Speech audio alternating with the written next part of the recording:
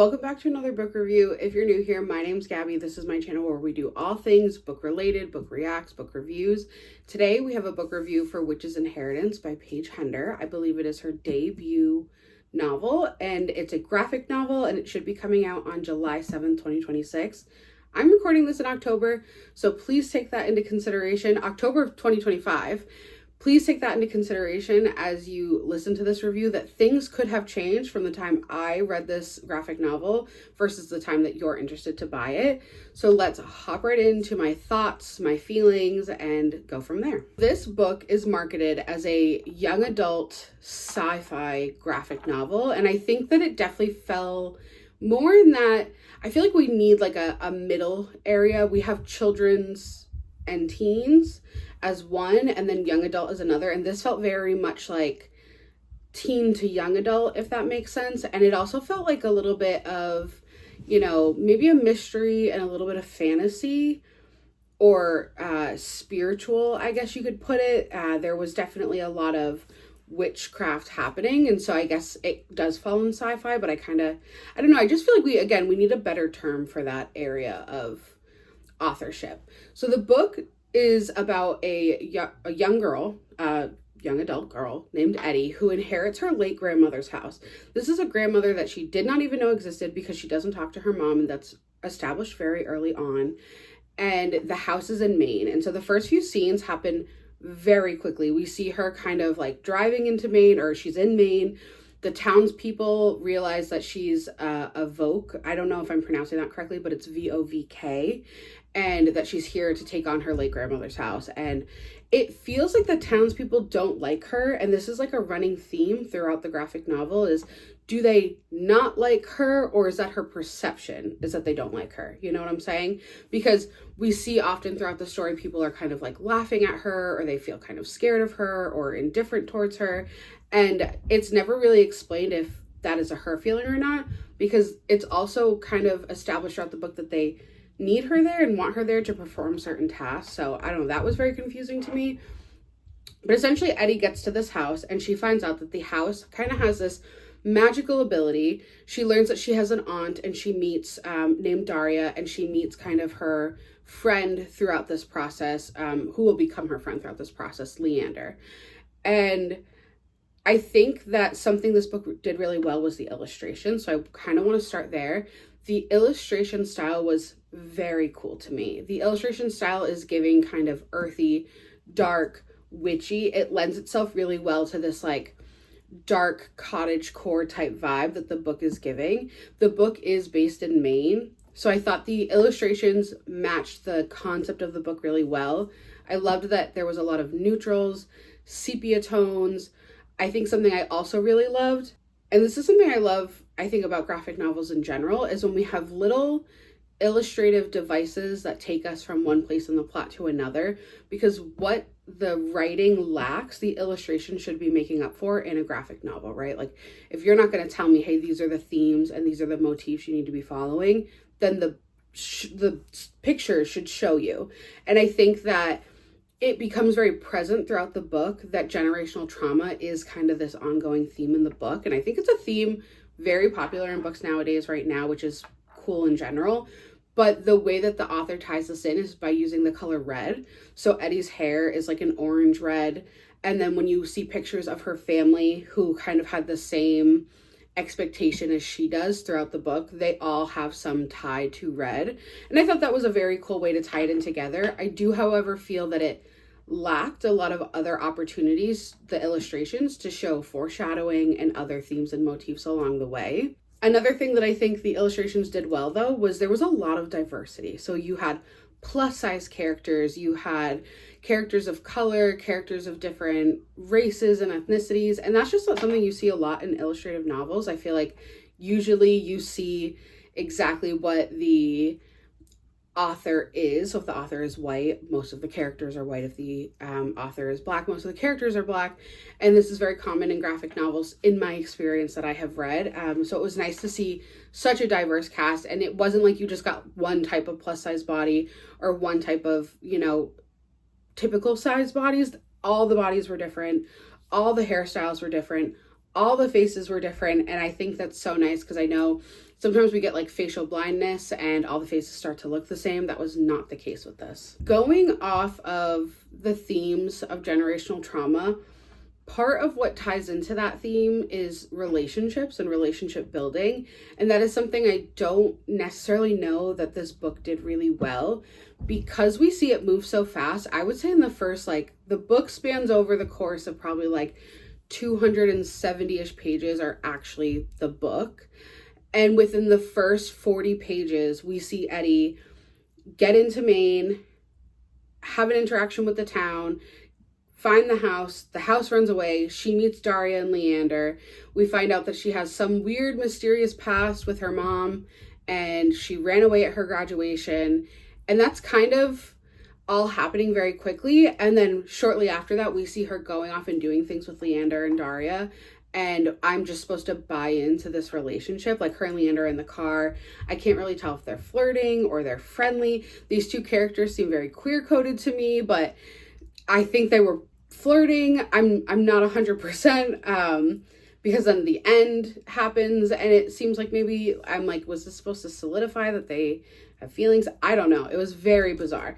But either way, the relationships happen very quick. We meet these characters very quick, and then you as a reader are just supposed to buy, like, okay, yeah, they have this established relationship, and I fully buy it. And it feels like there should have been a little bit more time for these characters to kind of fully form within themselves and with each other.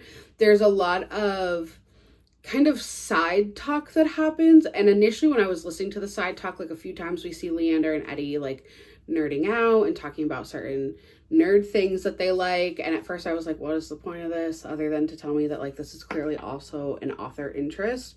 And it does tie together later on, so it was worth it. But I do feel like those moments could have been shortened down to allow for more time to know the characters, even if it was just in images. Similarly, in those images, I feel like there was a lot of time where we're kind of watching the characters do things that don't lend itself to character development, or, again, this interest and want to know more about the character. Like, there's a whole scene with, like, Eddie laying in bed, and we get like a whole page of her laying in bed before we see the whole page of her like drafting a text. That whole page, I could have been learning about Eddie through photos, and I'm just not. And also we have a couple of big conflict moments within the illustrations, and the author doesn't really allow those conflicts to come through properly when it comes to like the physical conflict of it all. When Eddie has conflict with people verbally, I feel like those scenes went really well. But when she has conflict with some of the sci-fi characters within the novel, it's like a standoff. Like the first scene where she's running through the woods because of this house, I don't know if she's chasing the house, if the house is chasing her. At some point she runs into something, and I don't even know what that something was. Like, they were like, oh, I guess you found out about, I don't want to give any spoilers, but they're like, I guess you found out about X. And I'm like, when did that happen? And they're telling me it just happened, but I didn't see it. It felt like in the standoff, you know, when you watch a comedy movie about conflict and two people are staring at each other, tense music is playing, and you just get like 5 different point of views of these two people staring at each other. That's what it felt the conflict scenes were giving in the book, but in no way were they supposed to be humorous. So it felt very odd. To play off of characters and the character relationships not feeling fully formed, Eddie herself as a character I also found to be kind of unlikable. She's giving Gen Z, but not in all of the ways that Gen Z is fun, right? Gen Z is humorous. They are different. They're down to earth. They care a whole lot less about what people think. And this gave like somebody trying to create a Gen Z character based off what they think Gen Z is. It was giving very Byronic Hero, very 2020 TikTok coded, like, who? You know those videos I'm talking about on TikTok? Like, ooh, that's what it's giving, and that's not what a Gen Z person actually is like. So to kind of circle back at the beginning of the book review, I had mentioned that it seems like Eddie has these conflicts with the community because it seems like they're laughing at her, but it's never quite made distinct if they actually are. And I think the reason it's so hard to tell if that's actually happening or not is because Eddie is like very, woe is me, nobody gets me, I'm a burden. And we never fully quite understand why she feels that way. We do know that like mom is not a part of her life. That is a plot hole that never gets filled in. Like we don't know why, we don't know where she went. And because it's a young adult novel, we don't really have to know, because part of it being young adult is that like the adults are not particularly present to allow for that kind of growth. But it just felt like if I had known that information, maybe I could make some connection with Eddie. Similarly, we get another plot hole where she talks about how she ran away from her graduation, and that is never filled in why. Like we do end up eventually seeing the scene of it happening. I still have no clue why it happened. I read it. I evaluated the imagery. I have no clue. I just know it happened. So that felt very lacking for me as well. Something I do wish the author / illustrator had done differently, and maybe they can take this into their next book, is in this book, we get a couple of flashback scenes because like I said, we're dealing with generational trauma, and the way the flashback scenes were written were much more of a style that I think would have lent itself well for the entirety of the novel. So if the whole primary plot had been illustrated and written in this kind of same flashback style, I think the book might have gone a lot more smoother. I think we would have had a better character building. And then the flashback should have been done in the same style that the rest of the book was done in. It felt like maybe they swapped that out because the flashback style seemed a little bit more intricate, a little bit more detailed. And I'm sure when you are creating this entire graphic novel, you're trying to be more concise and have everything pulled together. But I wish the author kind of would have swapped that. So overall, I gave this book a 3 out of 5 stars because, as you know here, if I like the concept and I think the concept is really cool, we're automatically getting a 3-star. I did not feel emotionally drawn to any of the characters. I don't feel that the book offended me. I feel like this book, honestly, if I were to give like a half-star rating, kind of falls at that 3.5-star range, because I feel like all of the amazing parts of it, like the diversity, the imagery, the story concept of generational trauma is so beautiful, and I think much needed in that young adult space where so many young adults nowadays are realizing that they're healing from the things their parents have done to them. But I just don't know if it was executed in a way that I would like. And thankfully, these are changes that I do feel can be kind of made prior to the release of the book. I say that as somebody who's never written a graphic novel before, though, because a lot of the qualms are like, I do wish that there had been a little bit more foreshadowing in the imagery. I think we could have gone without there's a lot of sighing and creaking and cooing, and eventually you learn why that is, but it felt very out of place, and it felt like it was coming from Eddie herself, and it never actually was coming from Eddie. The laughing from the community, these standoff moments, and so maybe it is harder to kind of reconfigure those things because they are also illustrations, but I hope that they're able to do it. If not, I actually am excited to see what this author comes out with next, especially because I do think that this had such fun illustrations and such a great kind of message to give that I can't wait to see what she will do with future stories and this information that has kind of been given to her. So take that review for what you will.